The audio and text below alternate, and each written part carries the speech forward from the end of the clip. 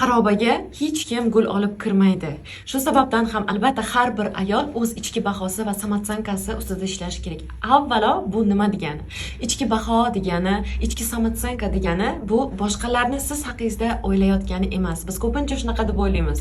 Ya'ni bizni o'zimizni ichki bahoyimizni boshqalarni biz haqimizdagi fikridan bilgimiz keladi. So'raymiz, qanaqa turibman yoki turmush o'rtog'ingiz sizga aytgan gaplaridan siz o'zingizga o'zingizni bahoni belgilaysiz. Lekin aslida ular sizga baho belgilashlaridan oldin siz o'zingizga allaqachon bahoni belgilab bo'lgansiz. Sababi, sizga hozir bir savol beraman.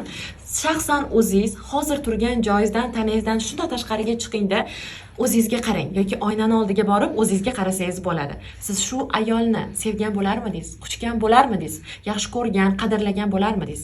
Va eng oxirgi savolim, siz agar erkak kishi bo'lganingizda siz shu ayol bilan yashagan, shu ayolga uylangan bo'larmidingiz?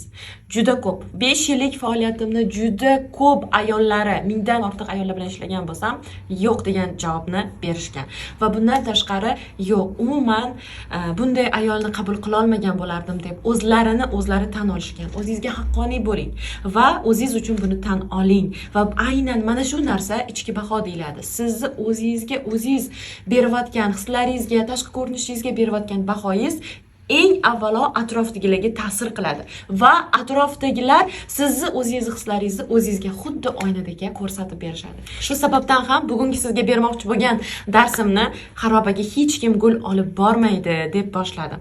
Sababi tashqi tomoningizdan eng go'zali yoki tashqi tomoningizdan ko'nglingiz to'lib bo'lsa ham, ichingizdan xarobaga aylanib bo'lgan bo'lsangiz, hislaringiz chalkash, nafratlaringiz ko'p, negativlarga to'lib bo'lgan bo'lsangiz, o'zingiz haqingizdagi fikrlaringiz, atrofdagilar haqidagi fikringiz shunaqa bo'ladi bo'lsa, demak siz ichdan xarobaga aylanib boryapsiz. Buni to'g'rilash vaqti keldi. Bugun siz bilan mana shu ichki baho va ichki hislarni chiqarish haqida gaplashamiz. Eng birinchi o'rinda samotsankangizni sizda ichki baho pastmi, tashqi baho pastmi aniqlab olamiz. Ichki baho pastligini qanday bilasiz? Siz doimiy yurasiz, o'zingizdan ko'nglingiz to'lmagan holda yurasiz va oynaga shundoq qaraganingizda, "Voy, yaxshi turgan ekanman-ku, yaxshi ekanman-ku, ko'rinishim yaxshi ekan-ku" deysiz. Bu degani sizda ichki baho past. Ichdan o'zingizni umuman hech nimaga arzimaysiz, loyiq ko'rinmaysiz, doim shu hisda yurasiz, lekin oynaga qaraganingizda aslida tashqi tomoningiz yaxshiligini va hammasi yaxshiligini tushunib qolasiz. Yana ikkinchi xil ayollarimiz shunday o'zidan ko'ngli to'lib yuradi, xursand bo'lib yuradida, shunda oynaga qarab xafa bo'lib ketadi. "Voy, men nega unaqa bo'lib qoldim?" deydi. Sababi uni tashqi bahosi past bo'ladi. O'zingizda qaysi biri pastligini, qaysi birini ko'tarish kerakligini aniqlab oling va hech qachon esingizdan chiqarmang.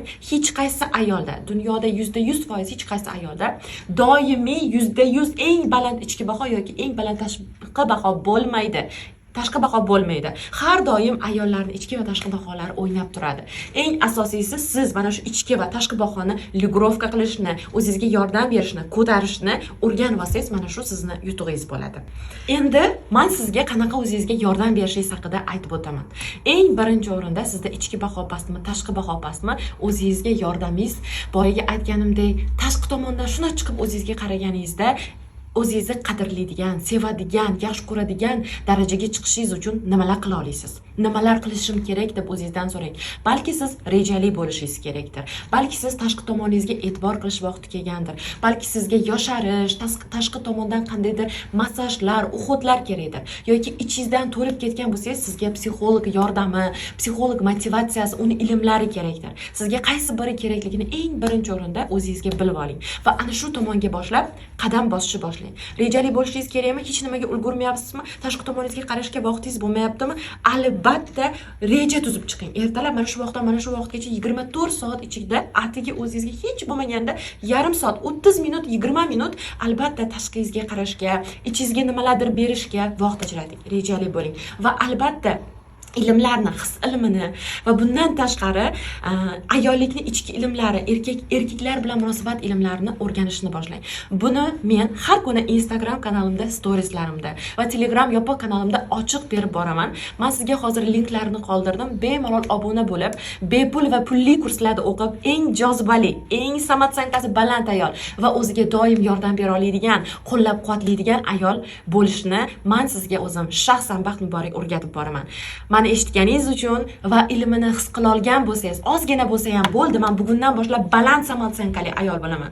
Shundoq men hamma qadrlaydigan ayol bo'laman degan qarorga kelgan bo'lsangiz, men o'zimni vazifamni bajaribman. Sog' bo'ling, keyingi videolargacha.